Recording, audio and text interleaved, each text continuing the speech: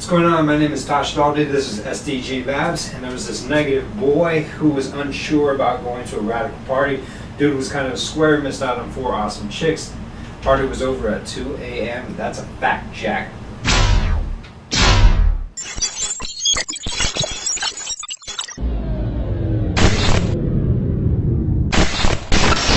Alright, so what I want to show you today is the quadratic equation. The quadratic equation looks like magic, and I hate magic. I can't stand it.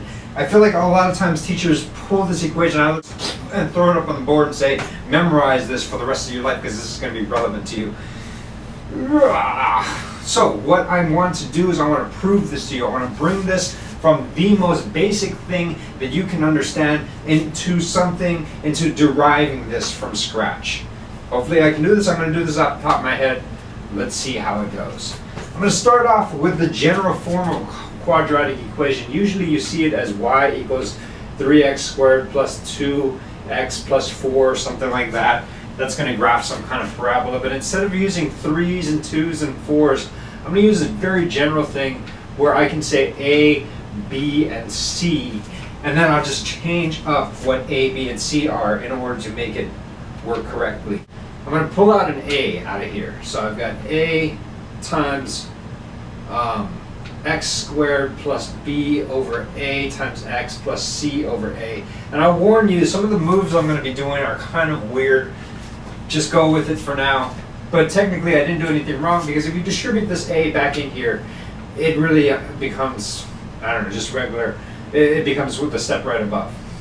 Then what I'm going to do is I'm going to use this trick called complete the square, and I'll show you what it is.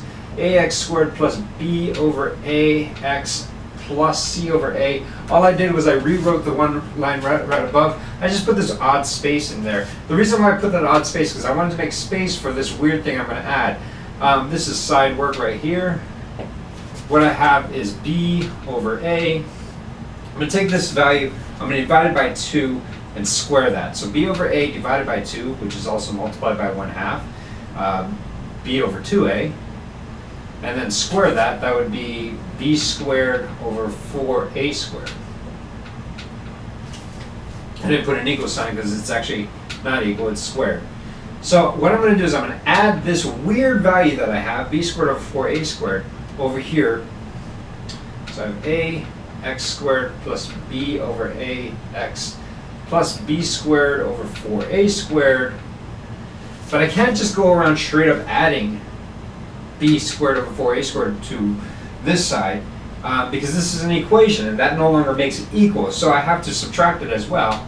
So I'm going to have a minus b squared over 4a squared plus c over a. And hence you can see why I put that big space in between. Now the reason why I did that is because these first 3 terms end up being something really nice to be able to be factored. I'll show you how to factor them. All you do is you kind of just take this as x plus b over 2a squared. Alright, that's a little freaky. The reason why I did this weird trick is so that I can make it look like this. Why don't I take a second to prove to you that this is what I have underlined. If I were to square this, that would be x plus b over 2a. Square that, you got the first times the first, which is x squared. You got the outer times outer, which is plus xb over 2a. You've got the inner times the inner, which is another xb over 2a. And you got the last times the last, which is b squared over 4a squared. This guy right inside can add together. So I have x squared plus xb over a plus b squared over 4a squared. Hey, that's exactly what I have underlined. Those are the same. Alright, so can I write this without you freaking out? This is the same as that. I'm just going to make this a little prettier. I still have the minus b squared over 4a squared plus c over a. Multiply the entire thing by a, and that's still equal to y. Alright, now what I'm going to do is I think I'm going to distribute in this a. So I have y equals a x plus b over 2a squared minus b squared over 4a. I got rid of one of the a's on the bottom because there's an a on top. And I've got plus c. And I think what I'm going to do is I'm going to set this equal to 0. Because this quadratic equation solves when y equals to 0. So, I'm going to try to figure out what x is. Well, now I can just straight up use regular algebra to solve for x. I'm going to pull over this c, I'm going to pull over this guy. So this becomes negative c plus b squared over 4a equals a times x plus b over 2a.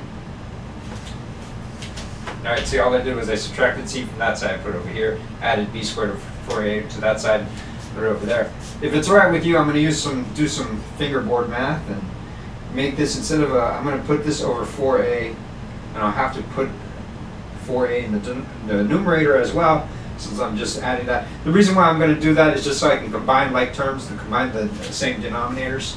Alright, so you ready? Next thing I'm going to do is I'm going to, well, I guess I can just put this whole thing over the common denominator.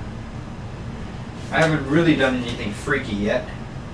Alright, all I'm going to do is I'm going to divide both sides by a. So why don't I just rewrite this bottom part a little bit nicer. I've got b squared minus 4ac. See, all I did was I switched those around. Divided by 4a squared, because that a is going to come down there, is equal to x plus b over 2a squared. I'm going to take the square root of both sides. So that would be the square root of this side, and the square root of that side gets rid of that square. I tack on a plus or minus on there. And what I'm going to do is I'm going to subtract the b over 2a onto the left side. So if it's alright with you, I'm just going to have x is equal to negative b over 2a. Actually, I kind of flipped these around and then subtracted it. X equals negative b over 2a plus or minus the square root of b squared minus 4ac over the square root of 4ac squared, which is 2a. Hey, that has a common denominator. Boom, I'm going to take this guy and put it over a very common denominator. How's about over 2a? This, my friends, is the quadratic equation, and the one way I like to memorize it is I think of a negative boy who was kind of a square dude. He kind of wasn't cool with popular kids, and he was unsure about going down to this radical party, and dude was a square, was a negative boy to begin with, and he missed out on talking to 4 awesome chicks. The whole party was over at 2 a.m. Memorize it in that order, because check this out. You have a negative boy, unsure, plus or minus, the square root, which is also known as a radical. So dude couldn't go to a radical, wanted to go to a radical party. Dude was kind of a square, that's why we got the boy squared, minus 4ac, which is talking to 4 awesome chicks. Divided over 2 a.m., that's that. I didn't pull it out, but I throw it up on the board, say memorize it. I derived it from you from very scratched things. This is a super powerful formula. Memorize it, use it, love it. Shoots, bro. Up out.